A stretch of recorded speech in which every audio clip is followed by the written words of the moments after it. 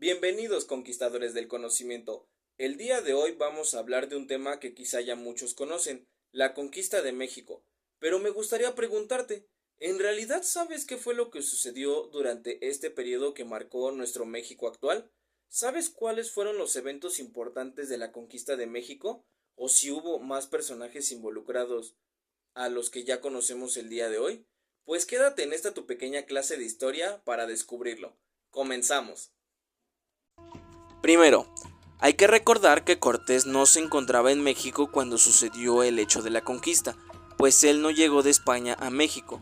Él se encontraba en Cuba bajo las órdenes del gobernador Diego Velázquez.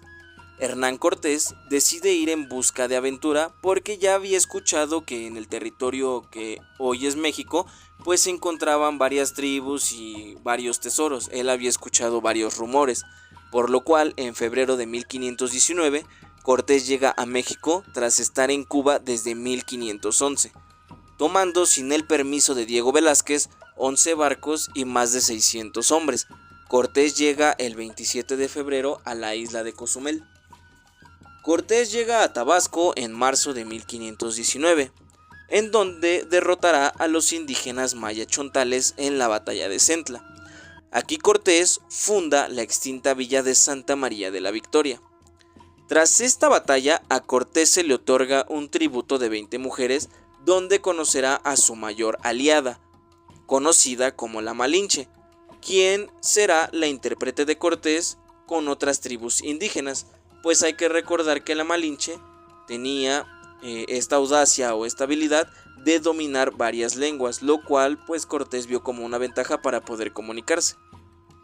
Ahora, Cortés avanza al norte y el 22 de abril de 1519 funda la Villa Rica de la Veracruz para tener aquí su primer acercamiento con los embajadores de Moctezuma. Moctezuma los había mandado desde Tenochtitlan para brindarle a Cortés obsequios, que lejos de alejarlo para que no siguiera su paso, despertaron su curiosidad por ir a ese lugar, pues entre los regalos se encontraban piezas de oro, por lo cual Cortés pues no pudo evitar esta parte de querer ir a descubrir qué se encontraba en esa ciudad. En junio de 1519, Cortés llega a Zempoala, un pueblo totonaca, con los cuales a través de algunos enfrentamientos Cortés termina formando una alianza, conocida como el Pacto de Zempoala, que servirá para combatir a los aztecas incrementando el ejército de Cortés. Los totonacas le describen Tenochtitlan a Cortés, lo cual sigue despertando su curiosidad por conocer esta ciudad. Para agosto de 1519, Cortés, decidido a conquistar Tenochtitlan, decide hundir sus naves para evitar insubordinaciones por parte de sus hombres, pues hay que recordar que como Cortés no había pedido el permiso de Diego Velázquez, no quería alguna insubordinación, por lo tanto pues él decide quemar sus barcos. Cortés sigue avanzando y en septiembre de 1519 llega con sus tropas a Tlaxcala, en donde tuvo varios combates con los tlaxcaltecas. Para esto, Cortés, lejos de seguir con los enfrentamientos, se forja una alianza con el jefe de los tlaxcaltecas, Xicontecatl, para luchar contra los mexicas, quienes eran sus enemigos, pues hay que recordar que los mexicas en ese entonces tenían esta costumbre de invadir pues otras tribus, lo cual pues despertó el resentimiento de esas tribus contra los mexicas. Entonces, al ver esta oportunidad de aliarse con los españoles, pues Cortés aumenta su ejército para ir a Tenochtitlan.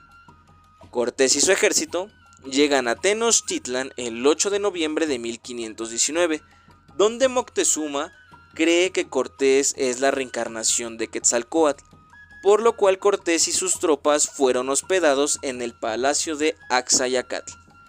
Días después de que Cortés llegó a Tenochtitlan, toma como prisionero a Moctezuma, a Cuitláhuac y a otros señores importantes, lo cual genera pues este tipo de odio o de indiferencia de los mexicas a los españoles, porque no sabían lo que estaba pasando, o porque sus señores pues no se defendían.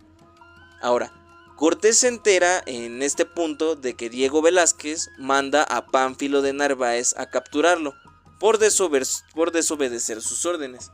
por lo cual deja a Pedro de Alvarado al mando. Cortés y Pánfilo de Narváez tienen en mayo de 1520 la batalla de Zempoala en la Villa Rica de la Veracruz, donde Cortés sale victorioso, por lo cual Cortés toma hombres y suministros de Pánfilo de Narváez, lo cual hace pues que su ejército se fortalezca. Pedro de Alvarado, quien quedó al mando en Tenochtitlan, ordena en mayo de 1520 la matanza del Templo Mayor, durante una ceremonia importante que los mexicas estaban celebrando para sus dioses, lo cual pues generó un odio más abundante de los mexicas hacia los españoles. Tras la matanza del Templo Mayor, Cortés regresa a Tenochtitlan para calmar los ánimos desatados por culpa de Pedro de Alvarado, por lo cual recurre a Moctezuma para calmar al pueblo. Pero Moctezuma en este tiempo ya no tenía la credibilidad de su pueblo, por lo cual es asesinado por una piedra, al ser considerado un traidor por los mexicas. Cuitláhuac queda al mando y derrota a los españoles y tlaxcaltecas, sacándolos de la ciudad de Tenochtitlan, teniendo muchas bajas y pérdidas, además de que Cortés pues en esa batalla perdió los tesoros que había acumulado, más la pérdida de sus hombres, generó que Cortés llorara cerca de un agüehuete en Tacuba el 30 de junio de 1520, lo que se conocería después por nosotros este hecho como la Noche Triste. El 25 de noviembre de 1520, a causa de la viruela esparcida por los españoles y por los esclavos que traían en sus embarcaciones, Cuitláhuac muere, por lo cual Cuauhtémoc toma su lugar y se convertiría en el último tlatoani que los mexicas tendrían. Durante este proceso, Cortés prepara la Reconquista, recibiendo apoyo de pueblos indígenas aliados, donde construye bergantines que ayudarán para la batalla en Tenochtitlan, pues hay que recordar que el territorio de Tenochtitlan se encontraba en un lago. Entonces Cortés decide construir bergantines para que pues la batalla sea un poco más a su favor. Para este entonces, Cortés y sus tropas utilizan los bergantines para la batalla, encerrando a los mexicas en Tenochtitlan, haciendo que sus suministros se fueran reduciendo. Además, el hecho de que la viruela ya se hubiera esparcido en el pueblo de Tenochtitlan hizo que varios de sus hombres y sus peleadores o sus guerreros en este caso, pues su ejército de los mexicas se fue debilitando. Y tras un asedio que duró 3 meses por parte de los españoles, logran tomar al fin Tenochtitlan. Además de capturar a Cuauhtémoc, que como ya lo mencioné, pues fue el último tlatoani que tuvieron los mexicas. A los mexicas no les quedó de otra pues que rendirse, por lo cual el 13 de agosto de 1521, Cortés y su ejército consuman la conquista de Tenochtitlan. Pues hay que recordar que los mexicas ya habían tenido muchas pérdidas, ya no tenían suministros, ya no tenían un jefe pues a la cabeza. Entonces por más que hubieran querido seguir peleando no pudieron, por lo cual pues la conquista se consumó. Y fue este hecho que dio fin al periodo en que Cortés llegó a México y que lo culmina haciéndolo con la conquista de México Tenochtitlan. Lo que sucedió durante la conquista de México, ¿verdad? Espero que este tema haya sido de tu agrado y que si en algún momento tenías alguna duda sobre qué pasó durante la conquista de México, esta haya quedado resuelta. Pero yo te invito a que puedas indagar más sobre el tema y que no te quedes solamente con una fuente de información. De mi parte sería todo. Suerte y nos vemos en la próxima.